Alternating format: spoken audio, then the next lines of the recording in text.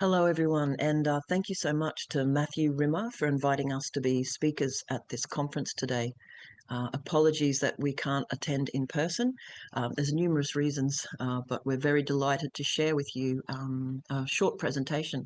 And in a moment, I'll introduce Dr. Mary Graham, who's an adjunct associate professor at the University of Queensland. And Mary will also introduce herself in an appropriate way. But we have some slides to share, so I'll bring them up. So again, thank you so much for inviting us to be part of the discussions.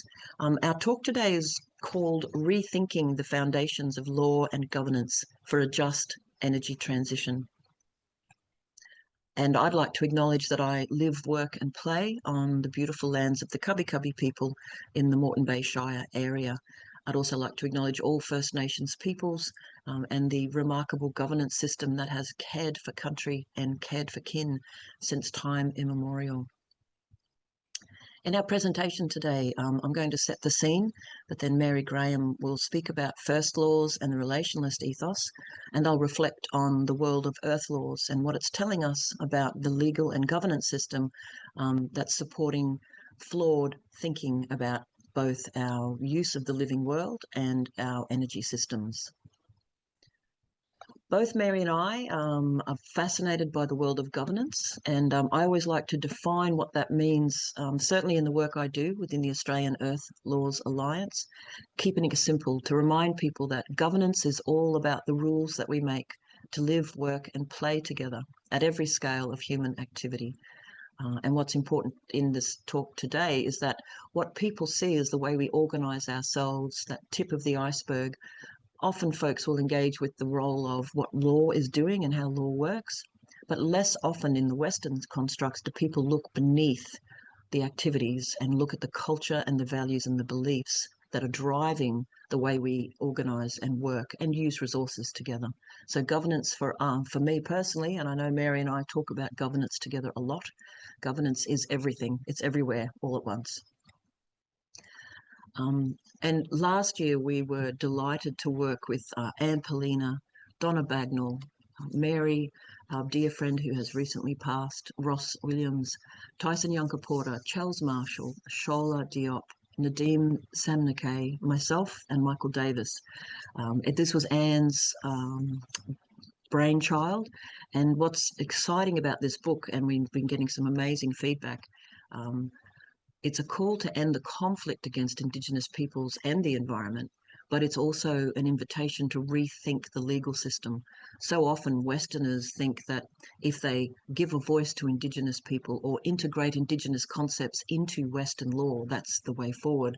Whereas this book suggests that given legal systems existed for thousands of years before the British Empire brought its law to Australia, in fact, we should be thinking about law very differently. And it proposes alternative legal futures based on Indigenous constructs of law. So we'll refer to the book on and off in our talk, but we really wanted to mention that this book is out there and it's fantastic and yeah, excellent. But enough from me. I'd now like to introduce Mary Graham. Mary's a Kombu Mary person from the Yugambeh language speaking peoples, an adjunct associate professor at UQ, and involved in a whole range of other organisations, including Future Dreaming, which we are both directors on. But Mary, over to you. Thank you. Oh, you're on mute, Mary. Thank you, Misha. I guess to start off with is the way of looking at the land itself, how Aboriginal people looked at it. And the place to go to is that Aboriginal language map. The map, you can see it's a language map that's been developed over some years, but it's not only a map, language map, it's also a governance map, actually. And it is very, very old, not the map, but all those places that you see there. All those places have been in place, and it's been proved several times that people have lived there for tens of thousands of years. So the notion of Aboriginal people being a primitive mob roaming around the place constantly looking for food and fighting and so on is not at all far from the truth of it. We're tied to the land by all kinds of things, but the essential thing is that what we did about where we all came from was that the ground itself, the land itself, was sacralized. So straight away, it was made sacred. And that idea, that movement or action was over the whole of the land, basically. In a sense, it was like the first law system, really, because what that meant was that you were autonomous lands from the very beginning. So from the idea of looking after land, because it's sacred, not exploiting it, not ruining it, not over hunting, fishing, and so on and so on, that you had to show some kind of patience, but especially caring about it. So the idea of stewardship, you're obliged to look after this amazing thing, the land, which invented us.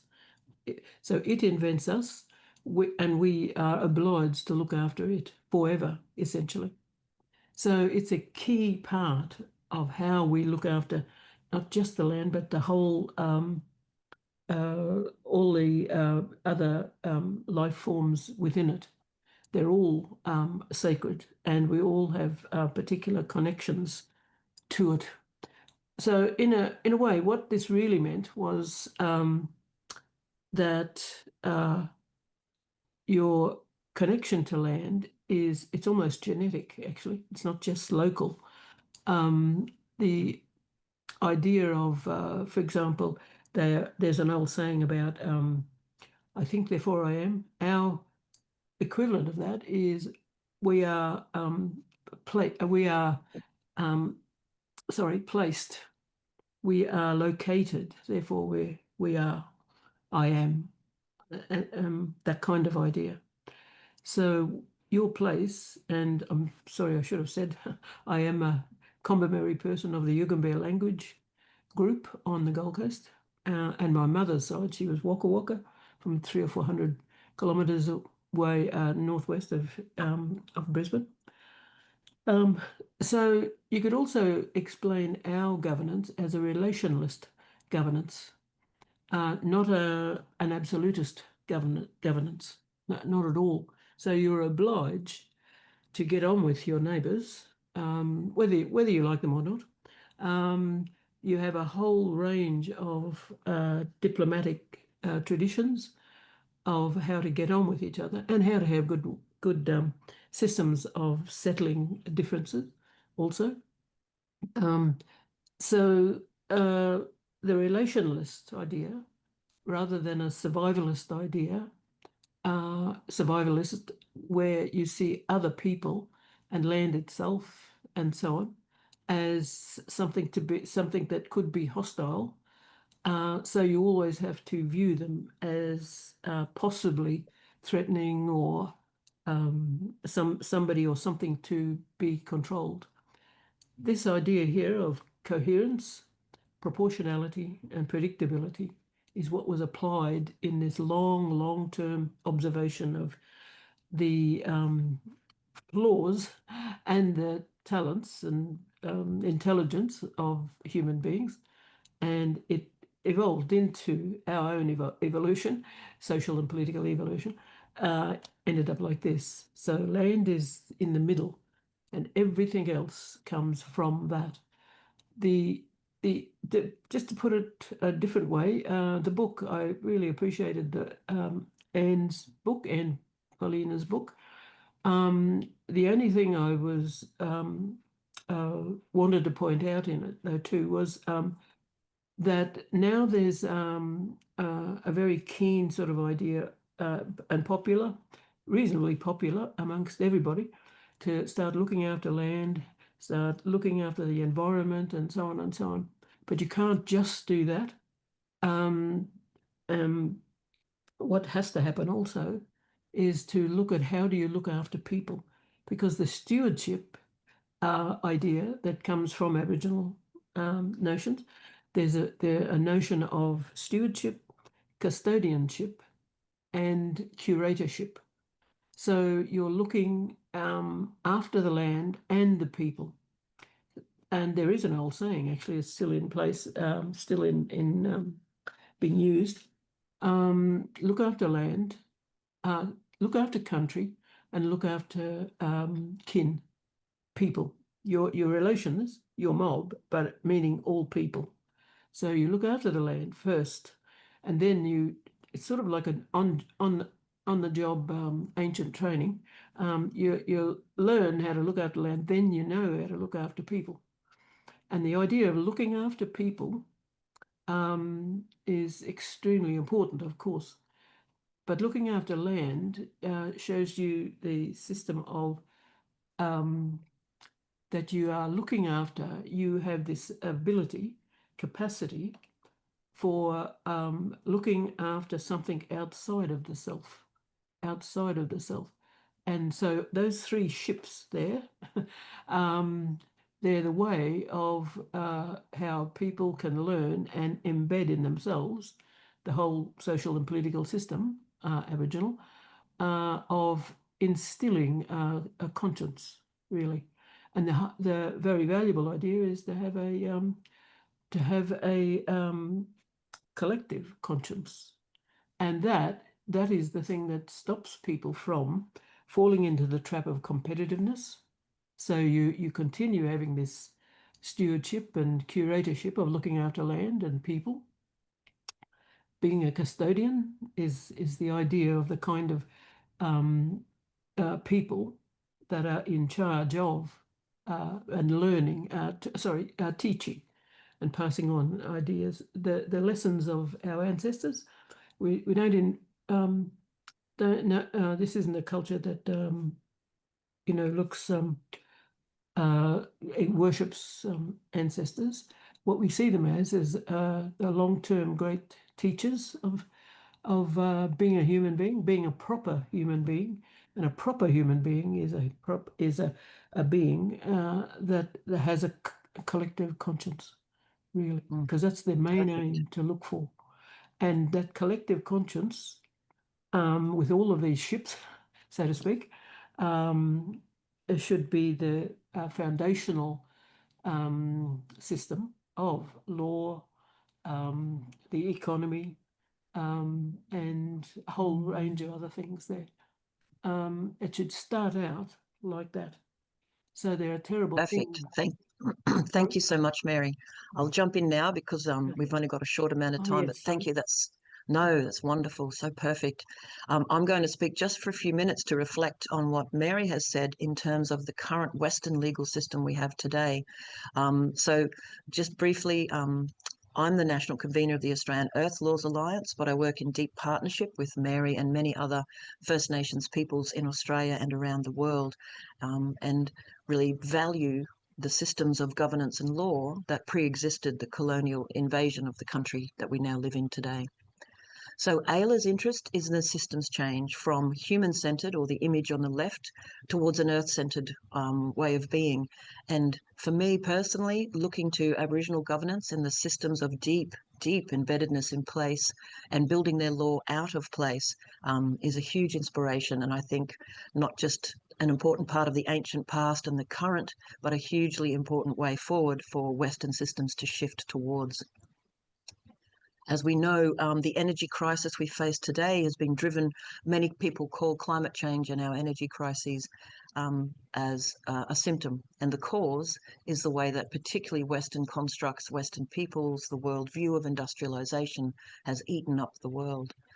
Earth laws is an umbrella term these days for a whole range of different concepts.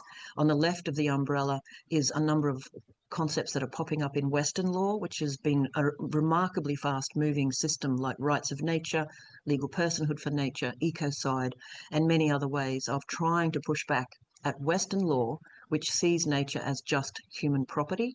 And it's that idea that everything's out there just for humans that has caused overuse of planet Earth and the abuse of the living world.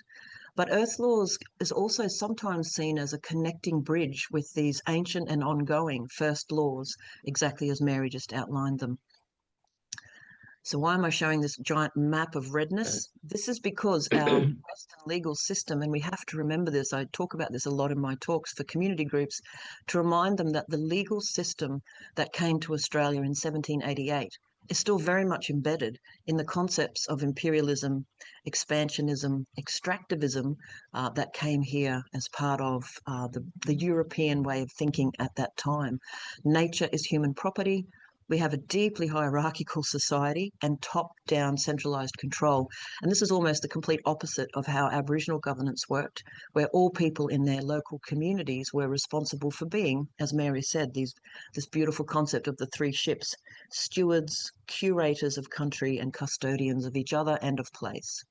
So our legal system has directly contributed to the problems we see with fossil fuel extractivism, because the Crown controls all of the extraction, leases, power, the things that we've been allowed to do without any constraints, without living in relationship with the living world.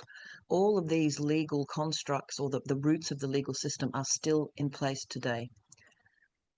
And a simple way to show this is a table that we often use to explain the difference between Aboriginal law, earth laws, and Western law. And very quickly, that column on the left shows that Aboriginal law, the land is the source of the law. That means all relationships between people and country are the template. But if you look at Western law, there are no first laws. People will argue with me sometimes about property law, and I say, no, property law is actually about the relationships between people over the stuff they own.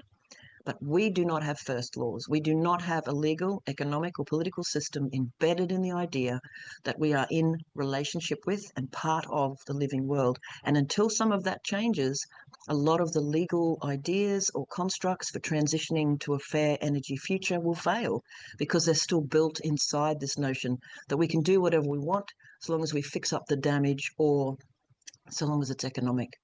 So fundamentally, in our legal system, nature is a commodity for human use, and that also refers to our relationship with the commons. And it's the commons, the global commons, and the broader continental-wide commons that are suffering particularly under climate change. So what are the opportunities for changing these systems? You know, what do we need to do? Well, absolutely, we need to transition immediately away from fossil fuel extractivism. But as Mary said, we have to keep in mind that people who are suffering from housing affordability crises and other injustices need to be brought into this picture front and centre.